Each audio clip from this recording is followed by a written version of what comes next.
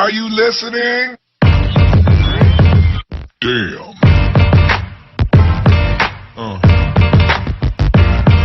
Yeah. Yeah. Another episode of Trash Talk. I am Damian Hill. With me, as always, is TJ O'Connor. Tonight, we are joined by the Stephen Asplund, who is just coming off of his very first MMA fight, and a successful one where he finished by TKO in the very first round. But before we get into that, we are brought to you again by some sponsors. Again, we're in the middle of negotiating those things right now. So, how are you doing tonight, Asplund? Solid, boss man. How are you guys doing? Oh, man, we're doing good. I'm just a little bit jealous and envious of all the people in the crowd that were there for that fight, because it only lasted one round, but it was a banger. It had everything you wanted in the fight. Tell me, what were your thoughts now that the time is set in, now that you got time to rewatch the fight and everything? How are you feeling about your performance and about the fight as a whole? So definitely in retrospect, I see a lot of things I have to work on. But that being said, that was one hell of a debut, in my opinion. I think I got 10-8'd in the first round before the knockout. So, he clipped me pretty good. And, it's just back to the lab and back to working. Man, well, he did rock you with a little bit, with a pretty hard shot. It was not a little bit, but it was a pretty hard shot. But you recovered well. You seemed to keep your composure and you reacted well. What was going through your mind at that time? I'm not gonna lie. So I said it in the interview, but he threw that right hand, and I'm not gonna lie, it was a flash. I was out. I was gone, at least mentally. My body reacted appropriately, but fuck, I thought I was at home playing Elden Ring. I'm not gonna lie. For real, I thought I was fighting the fire giant for the third time. I was like, fuck. So I snapped back to it, and I was just like, man, yeah, it was fun. It was a great experience. Yeah. Well, no, I feel like experience is the key word there, because if you talk about a first fight, you face so much adversity, and you're able to will yourself through it and find the win. And this is a fight that I had a lot of excitement for personally going into it, just because obviously we've seen you in your kickboxing fights leading up to it, seeing you training in the room, and then I've had a chance to be in the room with Joseph as well. So I knew that this was going to be a banger of a fight.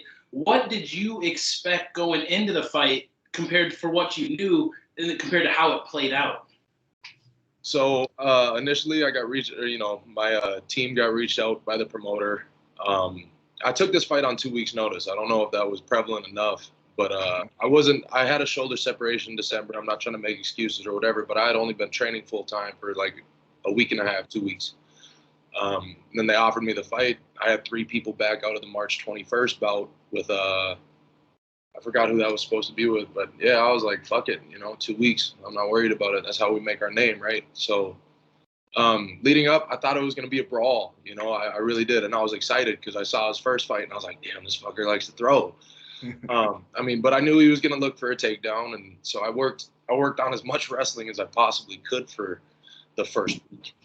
But yeah, I was ready for anything. I was just ready for war. Yeah, well, that's one thing that I was actually impressed with you on, because we know that you don't have the most depth in your wrestling background, but you were able to get back to your feet every time you was able to get on top. How were you feeling about that? And is that something that you were training on, working on? I know a lot of people work on takedown defense, avoiding getting taken down in the first place, but a lot of people forget about the secondary aspect, is that if you do get taken down, getting back up. Is that something that you've been working on too? Yeah, I have a lot of solid gym partners that push me pretty hard, especially when it comes to jits, and some assholes too. Put their knees on my face and shit. So I know I didn't want that to happen, especially not in an MMA fight. So I didn't really ever think, this is it. I'm worried or anything. I figured I was always in the match. I was just waiting on him to make a mistake and hopefully capitalize. But yeah. Well, having 1 full week to train fully and being in the gym and coming off of the shoulder injury, how confident were you in your cardio leading up to this fight? And did you think it was going to be a factor compared to seeing his first fight and how it played out? Well, I think a lot of heavyweights plan on getting the fight, in and out. I think everyone's counting on oh, we're gonna stand and bang and someone's going out. I mean, yeah, that's what I hope for, but I'm ready to stand and bang rounds. I don't care. I got a hard head, man. I got that caveman forehead. You know, no, I worked. Sean McPadden, shout out to him. I mean, he gave me a lot of solid drills to run. I mean, just in regards to cardio, sprints, and a couple runs every day. So, yeah, I wasn't too worried about the cardio. I used to be super fat, so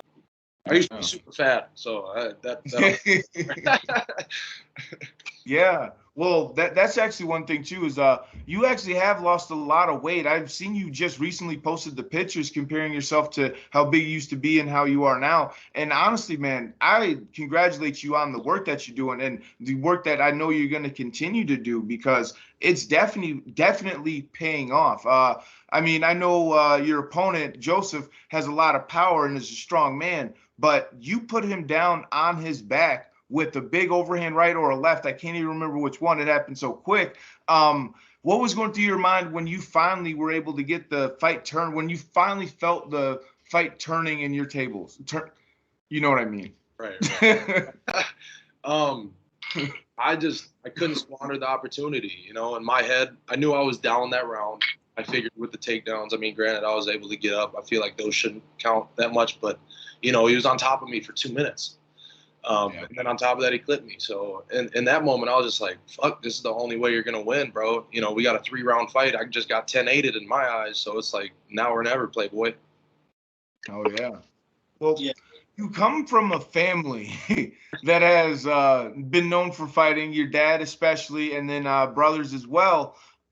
With all of that experience in the household, is that something that you take into going into your fights and stuff? And even when you mentioned the 10-8 aspect, or telling yourself the worst possible outcome for that first round going into the rest of the fight, is that something that kind of comes from being around that atmosphere?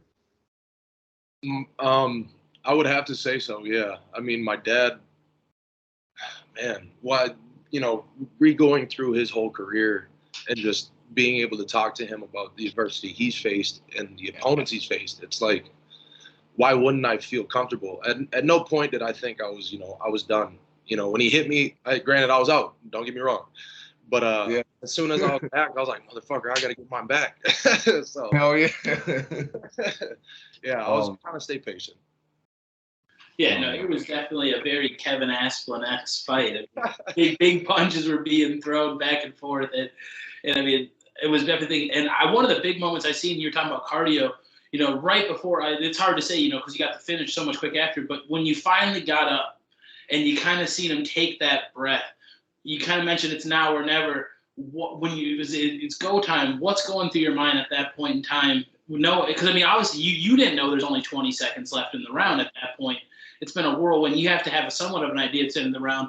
But did you have a feeling that there was a short time left, or? I was definitely worried about the time that was left. I'd be lying if I said I wasn't, you know, especially with how much time I felt like I spent on my back, you know, and I don't know. It wasn't like it was his hometown or anything, but he had a lot more people out there that knew him than knew me. And when he dropped me, I heard that crowd go wild. I was like, fuck that. So, yeah. Sorry, I don't know if I answered the question appropriately. Yeah, 100%. I think you pretty much touched on it, but it's one of those things. Like, now with that first fight out of the first fight in the works, first fight done, you had the experience dipping your toes in the water with the amateur kickboxing and amateur boxing, the competing on the Valhalla shows. Now that you finally have your first MMA fight, what can we expect next from you? I mean, not necessarily how soon are you going to be in there, but what's the plan? Do you plan on taking more kickboxing matches? Do you plan on taking more MMA fights? Whatever gets sent my way. I mean, I'm here for the experience. You know, I bust my ass in my day job and I hate the shit. I'm not gonna lie. You know, concrete fucking sucks. Especially at 23 years old. You know, I got a daughter I'm trying to provide for and make sure that she has an adequate life. And I got a fiance I'm trying to make sure that we have an adequate life. So, you know, I just want every ounce of experience I can get before I'm comfortable enough to go pro. So essentially, whatever gets thrown my way. Oh, dude, I love it. If there's anybody that loves that shit, it's me. I don't even have a question. I don't even have a question. I'm sorry.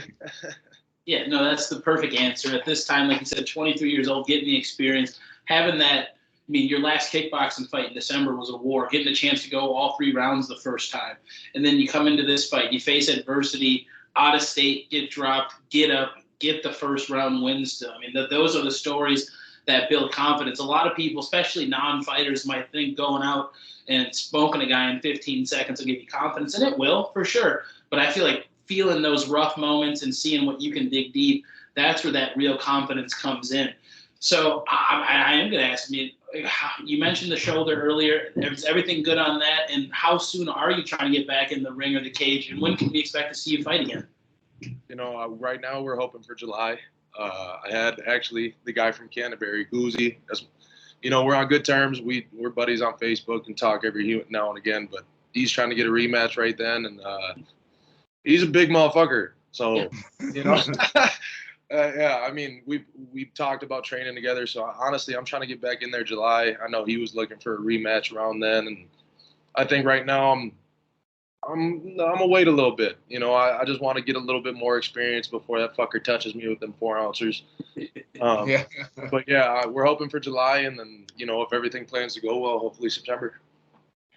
Oh man, yeah, I love it, dude. I honestly, I can't wait to see you perform again because that first fight was a way to set the tone. I mean, I can't wait to see how the rest of your career plays out.